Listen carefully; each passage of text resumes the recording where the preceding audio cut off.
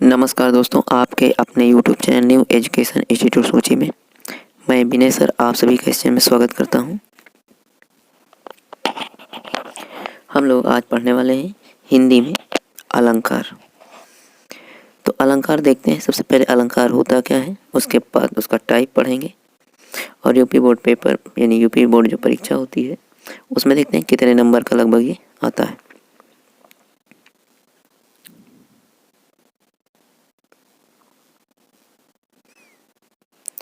सबसे पहले हम लोग देखते हैं दिया क्या गया है, अलंकार।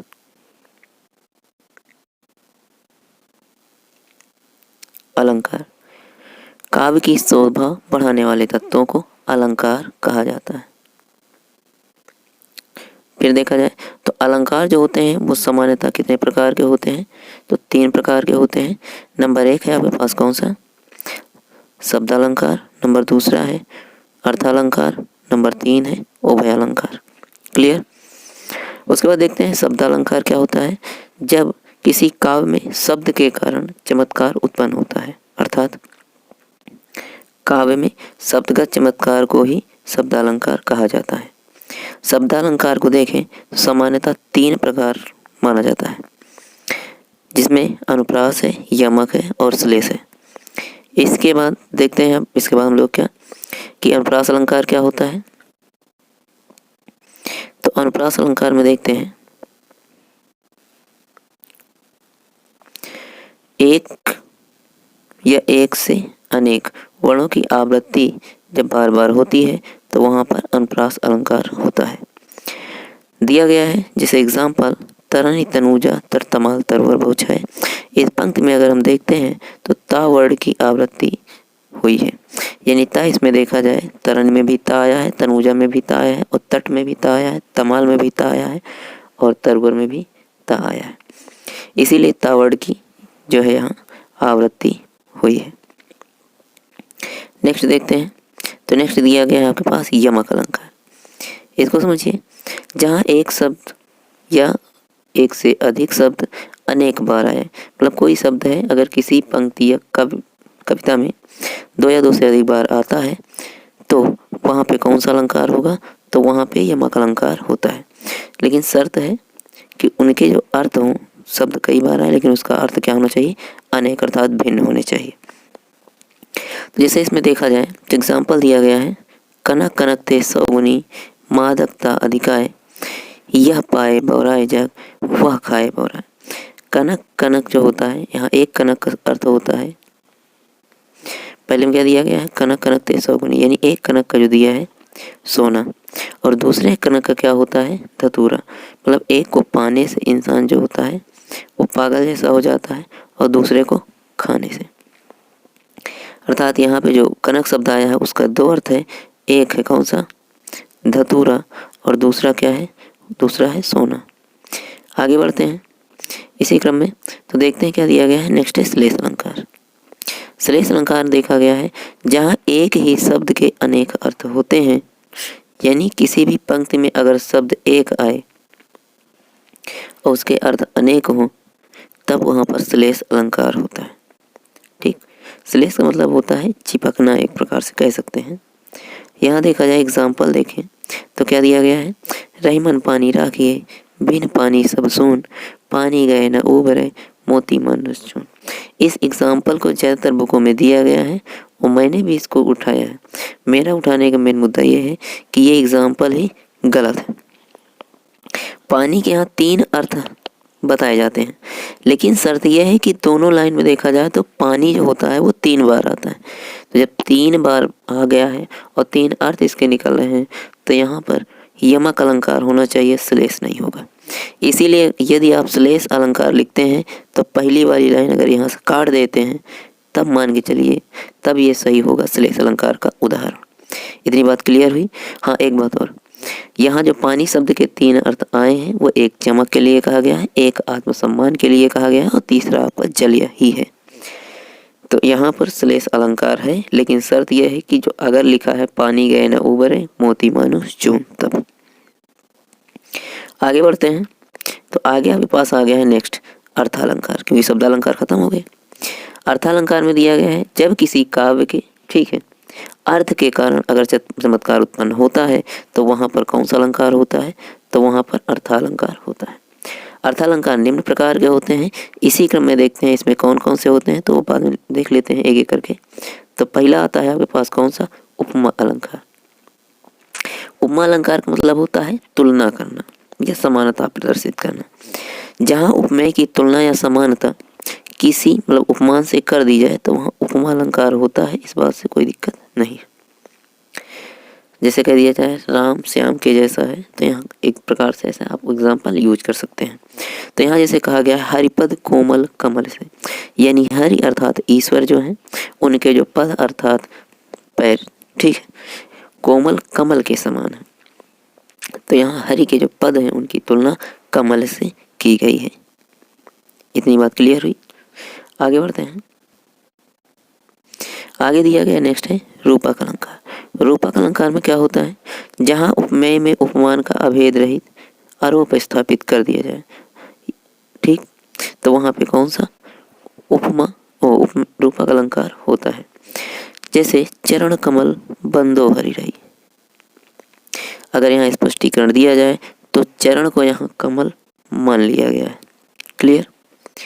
आगे देखते हैं उत्प्रेक्षा अलंकार। उत्प्रेक्षा अलंकार की जो डिफिनीशन है वो कहती है जहाँ उपमेय में उपमान की संभावना या कल्पना की जाए वहाँ उत्प्रेक्षा अलंकार होता है। साथ में कुछ शब्द हैं जिनसे आप इस अलंकार को पहचान सकते हैं। जैसे जनु जानहु जानो, मनु मानो, मनहु मानहु, ऐसे शब्द मिलते हैं तो समझ जाइए कि यहाँ पर उत्प्रेक्षा अलंकार होता है। जैसे एग्जाम्पल देख लेते हैं। एग्जाम्पल में दिया गया है सोहत ओढ़े पीत पटु श्याम सलोने गात, मनहु नीलमन शैल पर आतप पर प्रभात।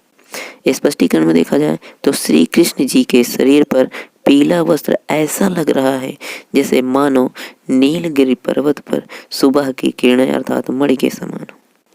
ठीक, तो यहाँ पर एक प्रकार से देखा जाए तो श्री कृष्ण के शरीर पर जो वस्त्र है पीला वस्त्र, उसको क्या माना जा रहा है, तो नीलगिरी पर्वत से इसकी तुलना की जा रही है। एक प्रकार से मान लिया जा रहा है कि जैसे नीलगिरी पर्वत पर, ठीक है, सुबह की किरणें पड़ रही हैं। अतः यहाँ पर उत्प्रेक्षा अलंकार है। आगे बढ़ते हैं।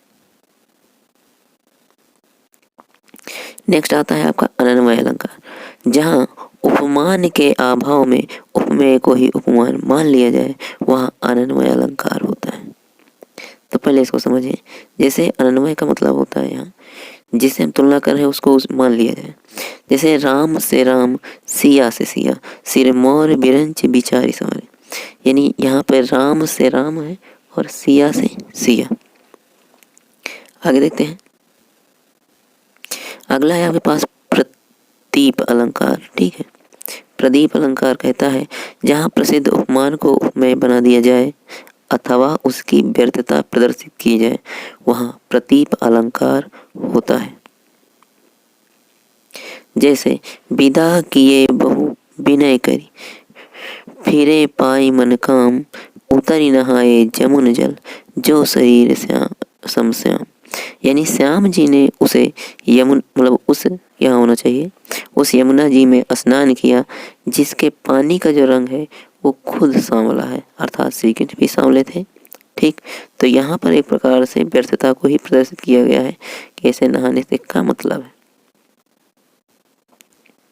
नेक्स्ट देखते हैं भ्रांतिमान अलंकार।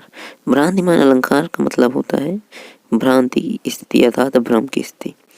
वह अलंकार जिसमें उपमेय में उपमान का भ्रम उत्पन्न हो जाता है, अर्थात जब किसी वस्तु को देखकर हम उसे समान गुणों या विशेषताओं वाले अन्य किसी पदार्थ के या उपमान के रूप में मान लेते हैं तो वहाँ भ्रांति अलंकार होता है। दिया है ओस बिंदु चुग रही हंसनी मोती को जान। ठीक है, एक बार फिर से रिपीट कर रहे हैं।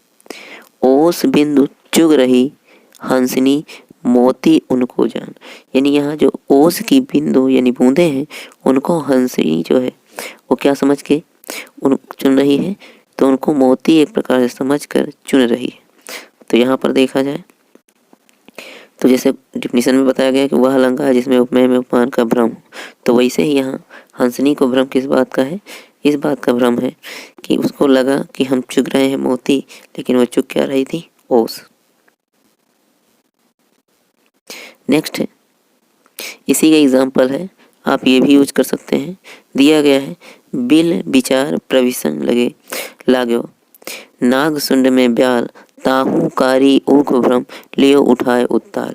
कहने का मतलब ये है कि यहाँ पे जो हाथी होता है उसकी सूंड में काला सांप बिल समझ करके प्रवेश करने लगता है, और हाथी को भी क्या लगता है? उसको काली ईख, यानी सांप को काली ईख समझ करके उठा लेता है। तो यहाँ पे देखा जाए तो दोनों को भ्रम हुआ है, इसलिए यहाँ भ्रांतिमान अलंकार है। नेक्स्ट देखते हैं, तो नेक्स्ट आपके पास आता है संदेह अलंकार। संदेह अलंकार की बात करें तो यहाँ पर देखते हैं, जब किसी वस्तु की समानता किसी अन्य वस्तु से दिखाई पड़ने पर यह निश्चित ना हो कि वह वस्तु वही है या दूसरी, तो वहाँ पे संदेह अलंकार होता है। जैसे कभी कभी हम लोग देखते हैं कि कोई जा रहा है तो लगता है कि है तो वही, लेकिन जब पास आते हैं तो पता लगा कि वो जिसको हम समझ रहे हैं वो नहीं है।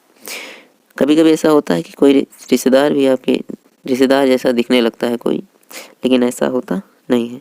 तो वैसे ही यहाँ देखा जाए तो एग्जाम्पल दिया गया है। एग्जाम्पल क्या है? नारी बीज सारी है कि सारी बीज नारी है, कि सारी की ही नारी है कि नारी की ही सारी है। तो यहाँ पर देखते हैं तो एक प्रकार से संदेह उत्पन्न हो रहा है कि नारी की ही सारी है कि सारी बीज नारी है। ठीक, मतलब नारी बीज सारी है कि सारी बीज नारी है।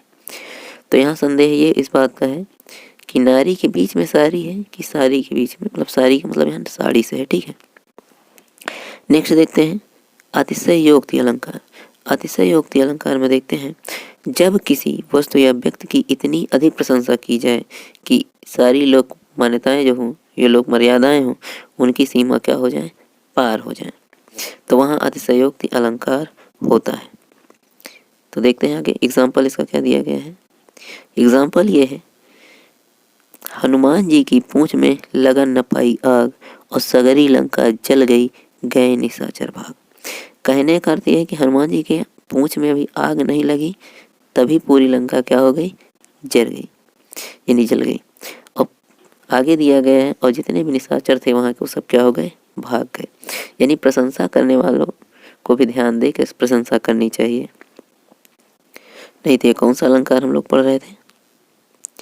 तो अतिशयोक्ति अलंकार की स्थिति बन जाती है।